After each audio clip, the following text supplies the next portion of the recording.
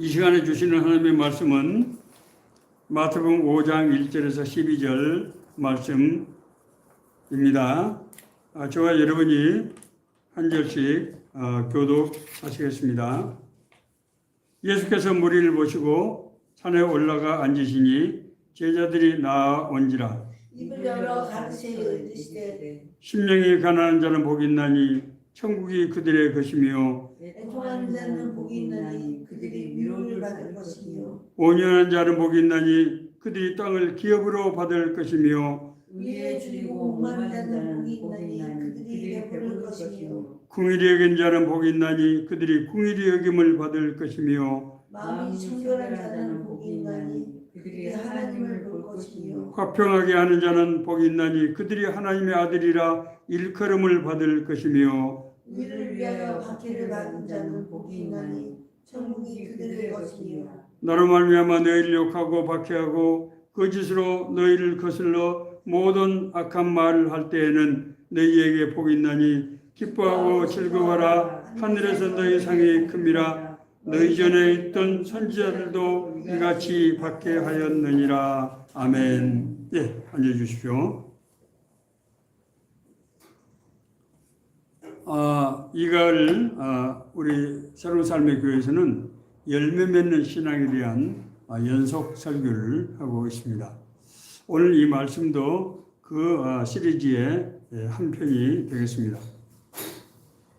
오늘은 특별히 예수님께서 말씀하신 하나님 나라의 복에 대해서 생각해 보기로 하겠습니다. 예수 믿으면 복을 받는다고 그렇게 얘기를 하고 성도들은 그것을 확실하게 믿고 늘 이걸 위해서 기도하면서 이제 소망을 품고 살아가고 있습니다. 예수님을 믿으면 복을 받고 또 복을 받기 위해서 예수님을 받는다고 하는 것은 전혀 이상한 얘기가 아닙니다. 자, 그런데 우리가 구체적으로 예수님을 믿음으로써 받는 복은 어떤 복인가 하는 문제에 대해서는 다소 깊이 생각해 보지 못하고 있는 것이 아닌가 그런 생각이 듭니다.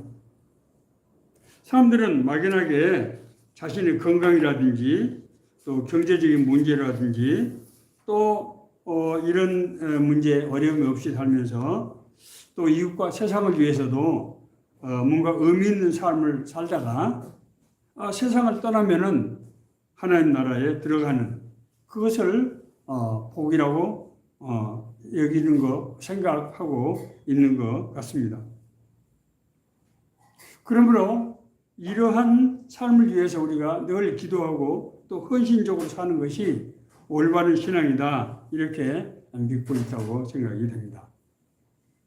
자, 그런데 비슷하기는 한데 예수님께서 오늘 우리에게 말씀하신 그런 복의 개념을 생각해 보면 뭔가 좀 다르다고 하는 느낌을 우리가 받게 됩니다.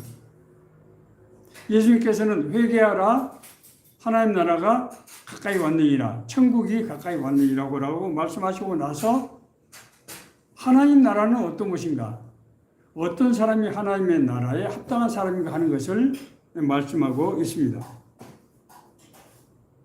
오늘 예수님께서는 하나님의 나라 그리고 하나님의 나라에 합당한 사람의 복에 대해서 심령이 가난한 자, 애통하는 자, 의를 위하여 박해를 받는 자가 하나님 나라에 합당한 사람이고 그런 복을 받게 된다고 말씀하고 있는 것입니다.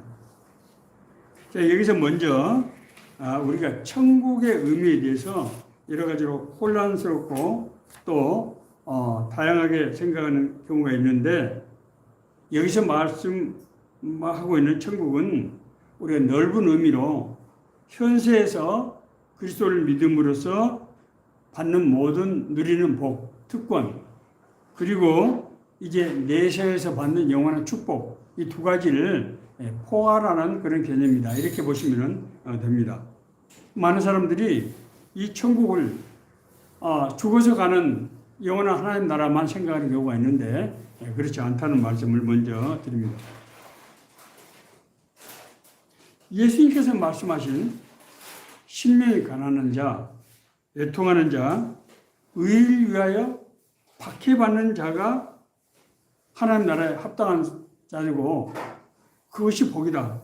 이 말씀은 우리가 앞서 얼핏 생각했던 그런 복과는 상당한 거리가 있는 것이 아닌가 그렇게 느껴지는 것입니다.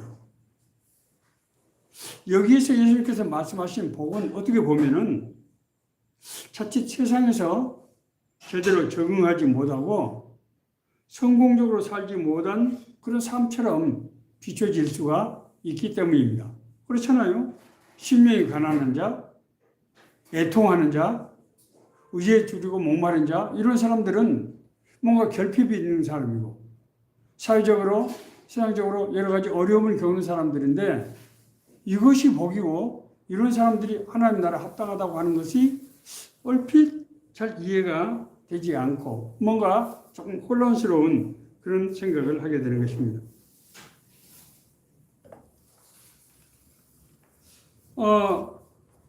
이런 생각을 할 때 이제 이 우리가 생각하는 세상 사람들이 생각하는 복과 하나님 나라의 복이 다르다고 할 때 여러 가지로 혼란과 갈등이 생길 수가 있다고 하는 것입니다. 그렇기 때문에 오늘 우리는 여기서 우리가 일반적으로 세상 사람들이 생각하는 복, 또 하나님을 믿는다고 하면서 또 생각하는 그런 복과 오늘 예수님께서 말씀을 통해서 우리에게 가르치시는 복이 어떻게 다른지를 생각해 볼 필요가 있다고 하는 것입니다. 이 문제를 이해하기 위해서 저는 바울의 사례를 생각해 보고자 합니다. 왜냐하면 바울은 하나님을 정말 깊이 믿은 그런 헌신적인 신앙이었고 누구보다도 하나님 나라를 위해서 힘쓰고 애썼던 그런 인물인데 그의 삶과 그의 삶을 우리가 되돌아보면은 그가 예수님을 만나기 전 삶과 예수님 만난 이후 삶이 완전히 달라지고 있는 것을 우리가 발견할 수 있게 되기 때문입니다. 여러분, 바울이 어떤 사람입니까? 바울은 베냐민 지파의 사람으로서 정통 히브리인이죠. 히브리인 중에 히브리이다. 그렇게 본인이 자기를 소개하고 있습니다. 뿐만 아니라 바울은 하나님의 법인 율법에 대해서 당대 최고의 이 스승인 랍비인 가말리엘 선생의 수제자로서 정말 율법의 아주 전문가로서 그런 평가를 받던 그런 사람이었습니다. 그리고 율법에 대해서 그렇게 알 뿐만 아니라 철저하게 율법을 지켰던 바리새파 사람이었습니다. 뿐만이 아닙니다.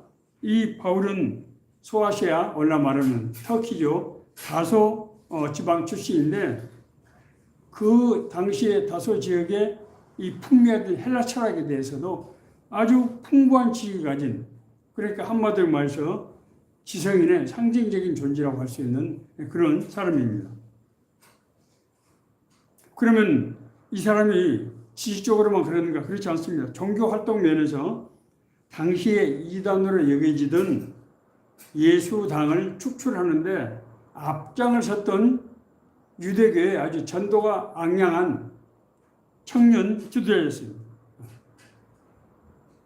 그러던 그가 이제 기독교도들을 섬멸하기 위해서 이 오늘날 시리아의 수도인 다마스커스, 다메섹으로 가던 도중 부활하신 예수님을 만나게 된 거죠. 그래서 사람이 완전히 변하게 됩니다. 이전의 삶과는 아주 180도로 달라진 그런 삶을 살게 돼요. 엊그제까지 예수가 이단자라고 해서 예수를 믿는 사람들을 잡아서 처형하고 감옥에 넣었던 이 사람이 갑자기 예수가 성경에 예언된 메시아라고 그렇게 말씀을 선포하고 다니고 율법으로는 구원을 받지 못하고 예수 그리스도를 믿음으로 말미암아만 구원을 받는다고 이렇게 얘기를 하고 다니는 것입니다. 그러니까 이 바울은 같은 동족으로부터 우선 이단자를 비유하는 그런 사람이 되어버렸고, 또 이제 엊그제까지 유대 율법을 고쳐온 사람이 갑자기 그 율법이 구원의 능력이 없다고 얘기하는 그런 이단적인 교리를 가르칠 뿐만 아니라 유대교를 배신한 그런 배신자로 낙인찍혔단 말입니다. 그래서 바울이 가는 곳마다 동족 유대인들로부터 말할 수 없는 박해, 고난을 받았던 것입니다. 같은 동족 유대인뿐입니까? 아닙니다. 바울이 가자 복음을 전한 그 현지 원주민들은 여러 자기들 나름대로 신을 믿고 있었던 다신교 종족들이었어요. 그런데 그런 신들은 다 거짓 신이고 예수 그리스도 하나님이 유일신이다. 이런 사상을 이제 퍼뜨리는 것입니다. 그래서 그 지역 사회에 혼란이 발생했어요. 그래서 현지인들로부터 많은 핍박을 받았던 것입니다. 자, 그런데 바울은 지금 엊그제까지 얼마 전까지만 하더라도 유대 지도자로서 정말 전도가 양양하고 많은 사람들 존경을 받던 그런 사람이었어요. 그런데 지금은 동족들로부터 핍박을 받고 바울을 전하는 곳마다 가서 박해를 당해서 그 삶이 말할 수 없는 비참한 그런 상황이었단 말입니다. 그런데 바울은 그럼에도 불구하고 자기가 이전에 세상에서 자랑하던 모든 것을 이제 버렸을 뿐만 아니라 자기가 그리스도를 위해서 받는 고난이 자기의 올바른 신앙을 지키고 하나님의 은혜 안에서 머물게 하는 그런 유익이라고 고백하고 있는 것입니다. 그러니까 이것은 너무 지금 다른 갑자기 변화된 그런 놀라운 지금 일이 바울의 삶 속에서 지금 나타나고 있는 것입니다. 여기서 우리가 생각하던 이 복과 바울이 새롭게 이전에 누리던 그런 축복과 바울이 예수 그리스도를 만나면서 새롭게 받게 된 그 은혜, 그 고난의 은혜가 어떻게 서로 다른지를, 왜 다른지를 우리가 분명하게 이해할 필요가 있다고 하는 것입니다. 자, 바울이 지금 고백하는 대로 고난이 나의 유익이다. 그 고난이 나를 그리스도에 머물게 하고 그리스도와 함께 살게 하는 그런 기제가 되었다. 이렇게 고백하고 있습니다. 그것은 예수님께서 심령이 가난한 자가 복이 있다. 애통하는 자가 복이 있다. 의에 줄이고 목마른 자가 복이 있다고 하는 말씀과 서로 일맥상통하는, 서로 부합하는 그런 말씀인 것입니다. 우리는 이 말이 무슨 복이 심령이 가난하고 애통하는 사람이 복이 있느냐, 이거 참 이상하지 않느냐라고 생각했는데 이것이 바울의 변화된 삶에서 보니까 그것이 일치가 돼서 바울은 이전에 자랑하던, 자기가 세상에 자랑하던 모든 것을 버릴 정도가 됐다고 하는 것입니다. 인간에게 있어서 여러분 가장 큰 복이 무엇일까요? 하나님을 만나는 거죠. 하나님의 나라와 하나님의 나라의 자녀와 백성이 되는 거죠. 그렇잖아요. 하나님은 천지 만물의 창조주시고 인류의 역사와 인간의 생사화복을 주관하시는 분 아닙니까? 그 하나님의 자녀가 되고 그 하나님 나라의 일꾼이 된다고 하는 것처럼 큰 복이 어디 있겠어요? 자, 하나님께서 아브라함에게 너는 지금 본토 친척 아비의 집을 떠나서 네가 잘 살고 있는 땅을 떠나서 내가 너에게 지시할 땅으로 가라 하는 그 가나안이 어떤 곳입니까? 그 가나안이 하나님의 나라 아닙니까? 그렇죠? 예? 예. 하나님의 뜻과 계획이 이루어진 나라, 하나님의 백성들이 사는 그런 나라이죠. 자, 그런데 이스라엘 백성은 그 하나님의 나라에 가기 위해서 먼저는 애국에서 430년 동안이나 노예 생활을 했어야 돼요. 생각해 보십시오. 우리가 일제 36년 동안 그 많은 상처를 받고 지금도 그것을 잊지 못하고 고통이 지금 상존하고 있는데 이스라엘 백성들은 그것보다도 더 아마 심한 그런 고통을 430년 동안이나 받았다고. 그리고 나서 이제 430년 지난 후에 출애굽에서 가나안 땅으로 들어가는데 광야에서 40년을 더 보내게 됩니다. 아니, 하나님께서 이스라엘 민족을 복받는 민족으로 택해서 가나안 땅으로 인도하시는데 애굽에서 430년 그리고 광야에서 40년 세월을 지나게 되었다고 하는 것입니다. 이스라엘 민족이 출애굽 광야에서 40년 동안 고난을 받았던 것은 육신의 고난 가운데서만 하나님을 만나고 하나님의 인도하심을 받고 하나님으로부터 공급받는, 다시 말해서 하나님과 동행하는 삶을 살 수 있기 때문이다 라고 성경은 그렇게 말씀하고 있습니다.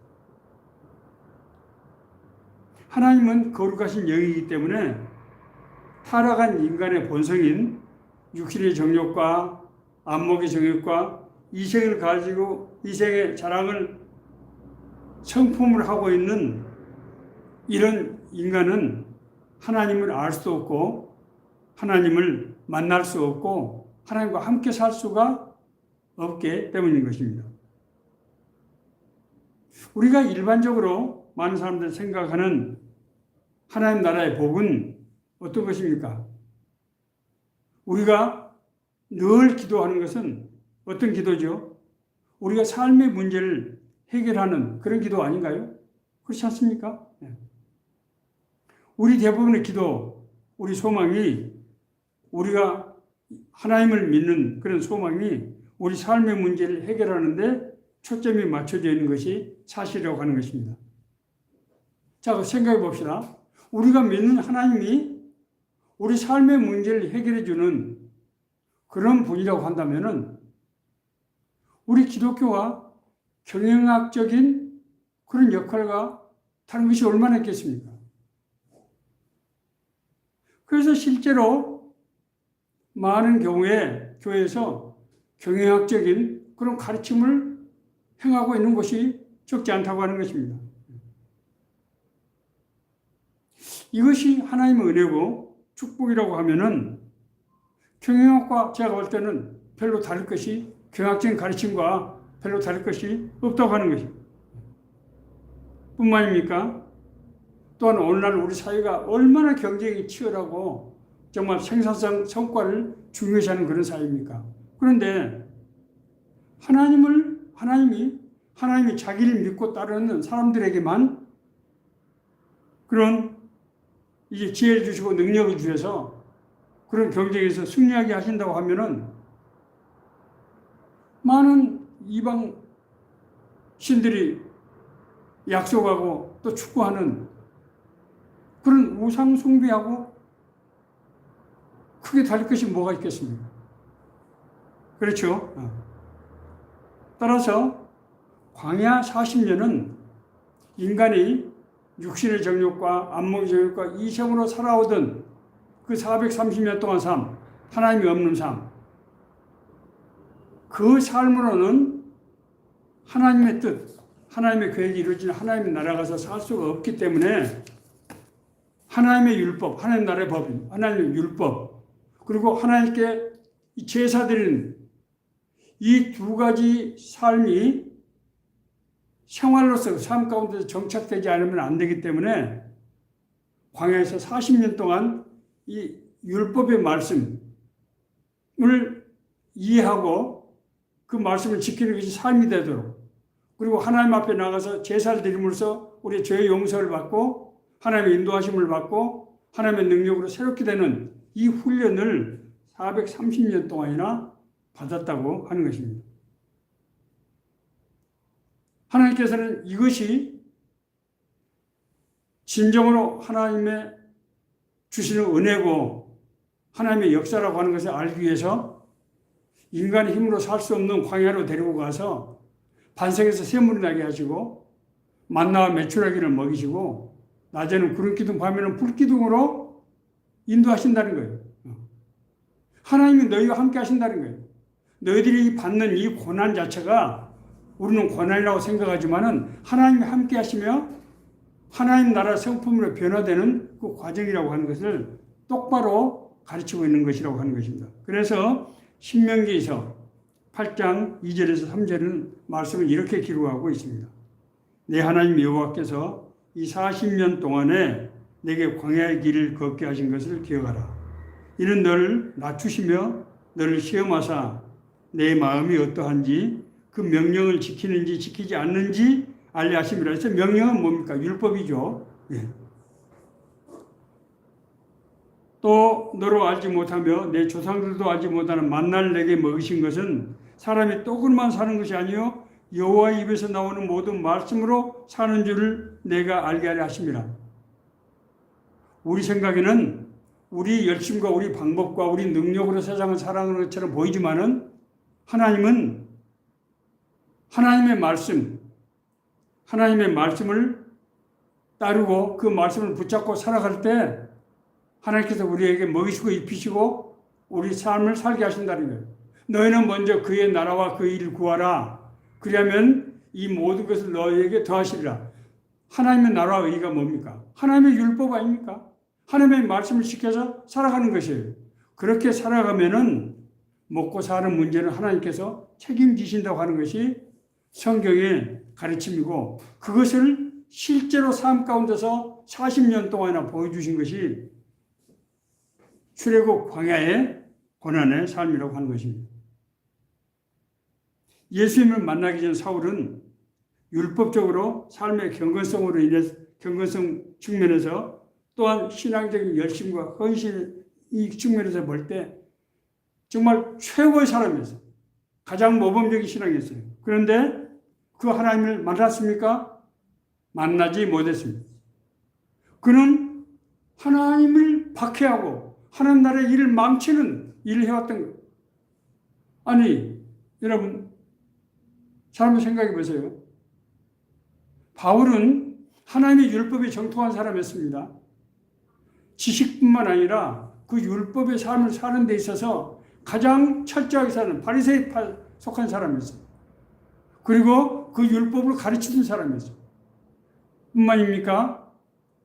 바울은 그 율법을 실행하기 위해서 예수를 믿는 사람들을 잡아서 체포해서 사형에 처하고 했던 그런 사람이에요. 하나님의 나라 일을 완전히 가로막는 그런 일을 했던 것입니다.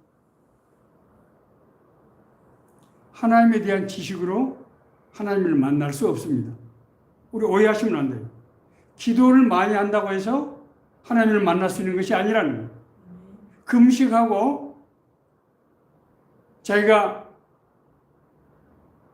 여러 가지 경건의 삶을 위한 고난을 받는다고 해서 하나님을 만날 수 있는 것이 아니라는 거예요. 하나님을 만난다고 하는 것은 하나님의 뜻을 우리가 안다는 것이고 하나님의 뜻에 내 삶을 일치시키는 것이고 그것이 행동으로 나타날 때 하나님을 만나고 하나님과 동행하는 삶을 살게 된다는 거예요. 그렇기 때문에 육신의 소욕이 자기 자신을 지배한 인간은 하나님을 만날 수 없다고 하는 것입니다. 그렇기 때문에 하나님께서는 사랑하는 자에게 인간의 고난을 허락하시는 것입니다. 이 말씀이 아주 정확하게 나와 있는 것이 로마서 5장 3절에서 5절에 있는 말씀. 제가 늘 강조하는 말씀입니다. 다만 이뿐 아니라 우리가 환난 중에도 즐거워하나니 이 환난은 하나님을 믿는 가운데 받는 고통 그리고 세상을 살아가면서 받는 고통을 두 가지를 다 포함하고 있는 거예요. 환난 중에도 즐거워하나니 환난은 인내는 연단은 소망을 이루는 줄 알아. 자, 우리가 환난 당하면 인내를 할 수밖에 없잖아요. 인내를 할 때 사람이 어떻게 된다고요? 연단은 우리 정신에서 우리 몸에서 불순물이 빠는 거예요. 정화가 되는 거예요. 고난이 우리를 정화시킨다는 거예요. 잘못된 생각, 불의한 생각, 부도덕한 생각, 허황된 생각을 우리를 정화시킨다고 하는 것입니다. 그럴 때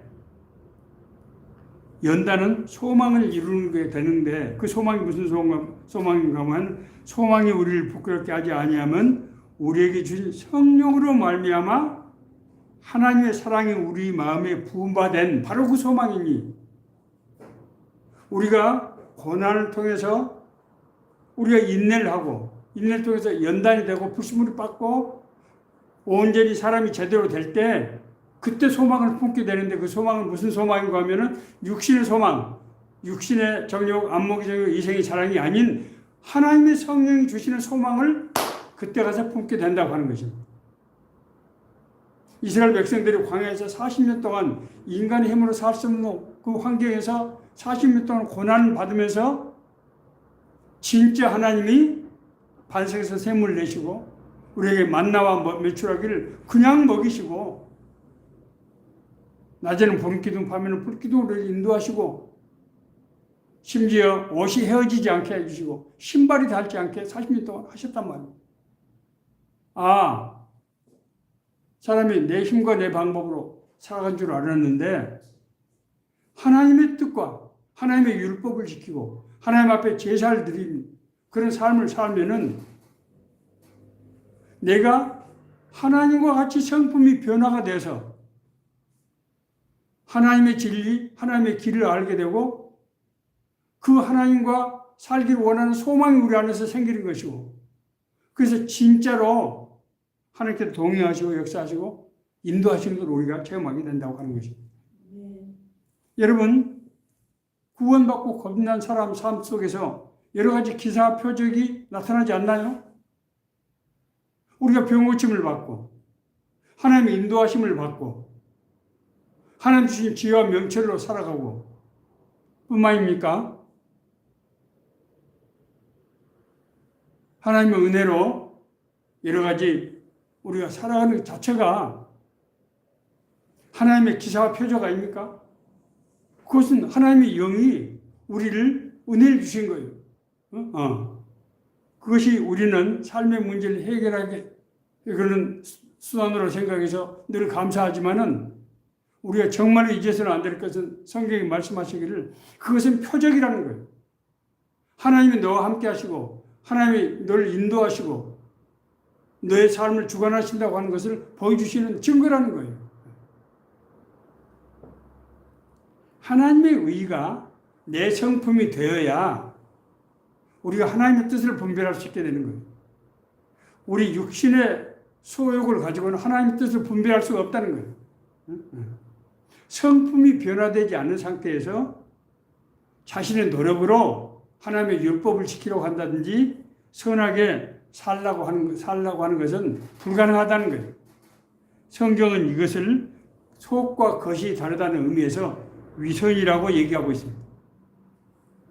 성품이 변화되지 않는 상태에서 하나님의 뜻대로 살려고 할 때 우리의 인간적인 본성이 드러나지 않을 수 없게 된다고 하는 거예요. 하나님의 뜻을 따르는 삶은 따라서 고난을 통해서 자기의 육신을 내려놓을 때만 가능하다고 하는 것입니다. 그래서 바울 사도는 자기가 지금까지 제가 앞에서 설명했던 정말 정통 히브리인으로서 유대인 중에 유대인으로서 자랑하던 모든 것, 그런 것을 배설물처럼 여기서 버렸다. 왜? 하나님의 은혜 안에서 사는 삶을 누리기 위해서. 그러나 무엇이든지 내게 유익이 된 것을 내가 그리스도를 위하여 다 해로 여길 뿐더러 또한 모든 것을 해로 여김은 내 주 그리스도를 아는 지식이 가장 고상하기 때문이라. 내가 그를 위하여 모든 것을 잃어버리고 배설물로 여김은 그리스도를 얻고 그 안에서 발견되려 함이니 내가 가진 의는 율법에서 난 것이 아니요 율법을 내가 행해서 난 것이 아니라는 거예요. 오직 그리스도를 믿음으로 말미암은 것이니 곧 믿음으로 하나님께로부터 온 의라. 우리가 예수 그리스도를 믿을 때만 우리 안의 성품이 하나님의 성품으로 변화되고, 그래서 하나님의 음성을 듣고 인도하심을 받게 되고 하나님의 능력을 받게 돼서 하나님이 기뻐하시는 삶을 살 수 있게 된다고 하는 거예요. 따라서 고난은 그저 우리가 징벌로서의 고난이 아니고 우리를 일깨워서 하나님의 은혜에 합당하게 하는 그런 권한이라는 거예요. 이것은 마치 병자가 가서 수술을 하는 것과 똑같은 거예요. 의사가 수술을 하는 것은 그 사람을 벌하기 위해서 안 해요. 병을 고치기 위해서 하는 거예요. 그렇기 때문에 인간은 고난을 통해서 자유함을 얻게 됩니다. 다시 한번 말씀드립니다. 이건 굉장히 중요한 말씀이기 때문에 고난을 통해서 어떻게 된다고요? 우리가 자유함을 얻게 된다고 하는 거예요. 내가 궁핍함으로 말하는 것이 아니니라. 어떠한 형편인지 나는 자족하기를 배웠노니 나는 비천에 처할 줄도 알고 풍부에 처할 줄도 알아. 모든 일 곧 배부름과 배고픔과 풍부와 궁핍에도 처할 줄 아는 일체의 비결을 배웠노라. 내게 능력 주시는 자 안에서 내가 모든 일을 할 수 있느니라. 빌립보서 4장 11절 12절에는 말씀입니다. 바울 사도는 자기가 고난을 받았기 때문에 가난에 처하기도 하고 옛날에 풍부하게 살았잖아요. 아주 전도가 양양하는 그런 사람으로서 아주 존경받고 우대받는 사람으로서 잘 살았던 사람이에요. 그런데 예수 그리스도를 만나고 나서 복음을 전하는 사도가 되면서 말할 수 없는 자기 자비함으로 자기가 텐트를 만들어서 팔아가는 그 돈으로 복음 사역을 하고 자기 동족들로부터 박해를 받고 이방인들로부터 박해를 받고 감옥에 가고 물에 빠지고 굶고 병들고 말할 수 없는 고난을 받았어요. 그 과정에서 자기가 배고픔과 풍부와 궁핍에도 처할 줄 그런 과정을 겪으면서 일체 모든 것을 극복할 수 있는 그런 능력을 이제 얻게 됐다고 하는 거예요.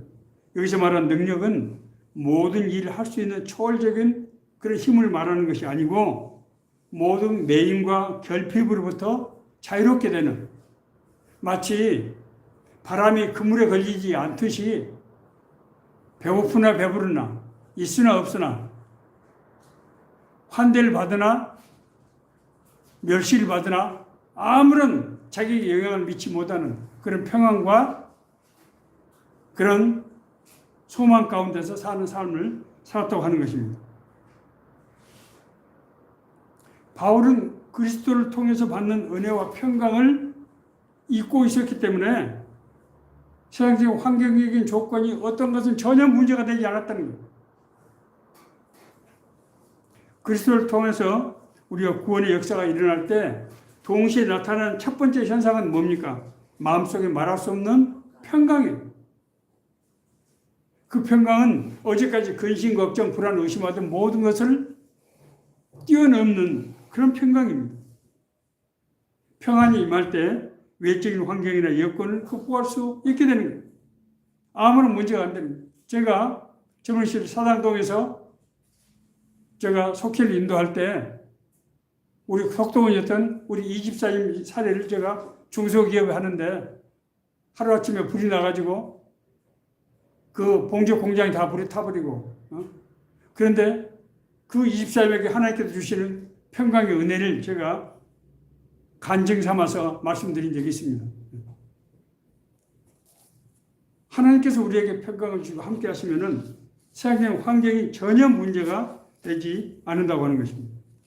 이것을 우리가 절대적 평강이다 그렇게 얘기합니다. 환경과 관계없는 어떤 상황에서도 평강이라는 거예요. 너희가 내 말에 거하면 참으로 내 제자가 되고 진리를 알지니 진리가 너희를 자유롭게 하리라. 우리가 예수 그리스도 안에 있으면 예수 그리스도의 말씀에 따라서 예수 그리스도의 말씀이라고 하는 건 예수 그리스도의 뜻, 예수 그리스도의 계획, 예수 그리스도의 경륜, 그렇죠. 하나님의 나라와 의 아닙니까? 살게 되면은 우리가 자유롭게 된다고 하는 거예요. 여기서 자유라고 하는 것은 죄와 사망의 원세로부터 우리가 자유롭게 된다고 하는 놀라운 그런 복음입니다. 그렇기 때문에 우리에게 고난이 올 때 너무 실망하지 말라는 거예요. 너무 실망하지 말라. 고난을 당하게 될 때 성경을 우리가 통해서 보면 네 가지 이 단계적 반응을 거치게 됩니다.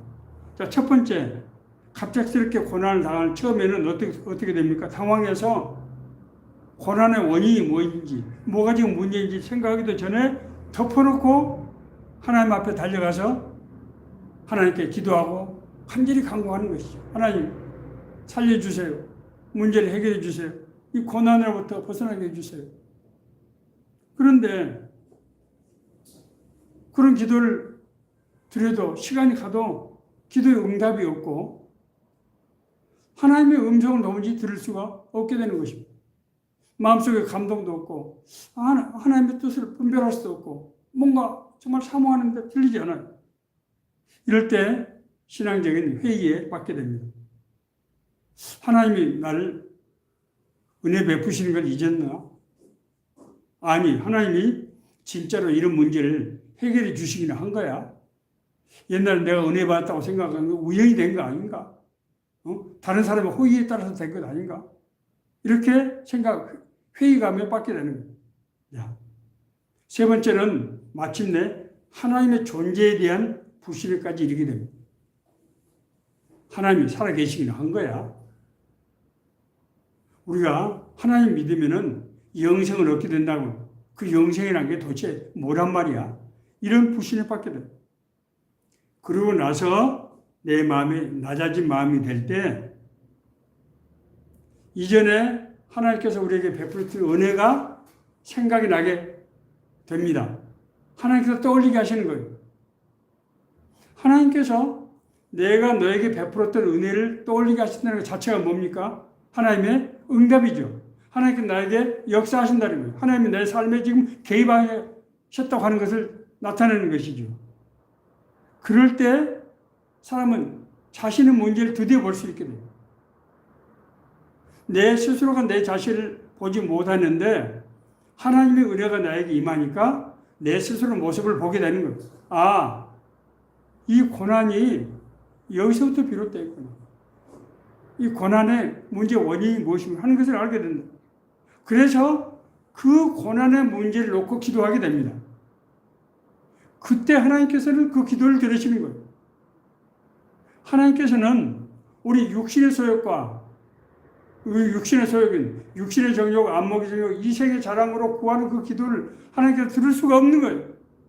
그렇게 되면 그 사람이 망치게 되기 때문에 하나님은 우리가 하나님의 뜻 안에서 하나님의 이의 안에서 기도할 때 그 기도를 들으시는 거예요.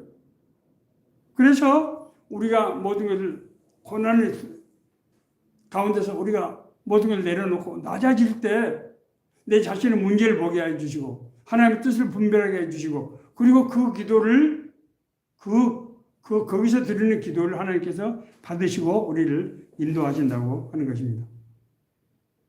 그렇기 때문에 고난이 올 때 우리는 하나님의 메시지를 구해야 돼요.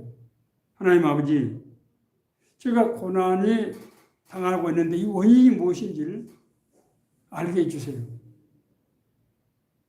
저를 향하신 하나님의 뜻과 계획을 분별할 수 있도록 인도해 주세요.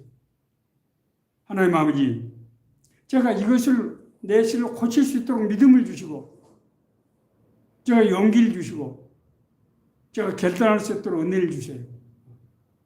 그리고 하나님이 제게 하신 문제를 해결하고 내가 하나님의 뜻대로 살기를 원합니다 라는 기도로 가야 된다고 하는 것입니다. 앞서 제가 말씀드렸습니다. 하나님에 대한 지식이 있다고 해서 하나님을 만날 수 있는 것이 아니다. 기도를 많이 한다고 해서 하나님을 만날 수 있는 것이 아니다. 우리가 소망한다고 해서 하나님을 만날 수 있는 것이 아니라는 거예요. 하나님의 뜻과 하나님의 계획 안에서 이루어져야 된다고 하는 것이고 그것은 고난을 통해서 우리가 깨닫고 우리가 돌이킬 수 있게 되고 그것이 바로 이스라엘 백성을 가나안 땅에 들어가기 전에 40년 동안 광야에서 고난의 길을 걷게 하신 그 이유라고 하는 것입니다. 여러분, 말씀을 마치겠습니다. 우리 인생에 고난의 길이 없었던 사람이 있겠습니까? 예수 믿고 구원받고 건넌 사람이 고난이 없는 사람이 있나요? 만약에 예수를 믿고 구원받고 건넌 사람이 고난이 없었다고 하면은 그 구원은 우리가 다시 한번 생각해 봐야 될 그런 구원의 문제랍니다. 인간은 어려운 존재가 아니에요.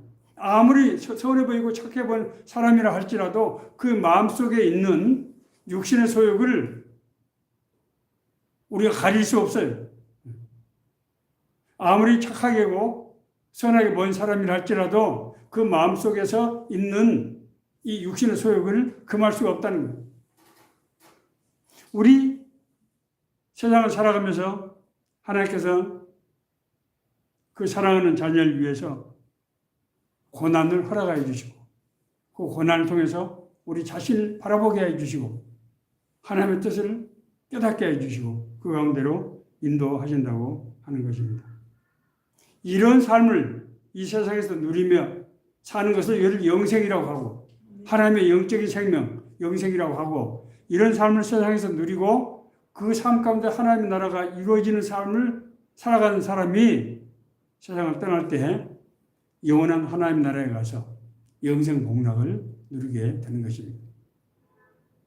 결실의 계절 가을입니다. 우리가 생각하는 열매가 우리가 추구하는 열매가 무엇입니까? 그것이 하나님의 뜻에 합당한 것입니까? 하나님의 뜻과 계획 가운데서 이루어지는 것입니까?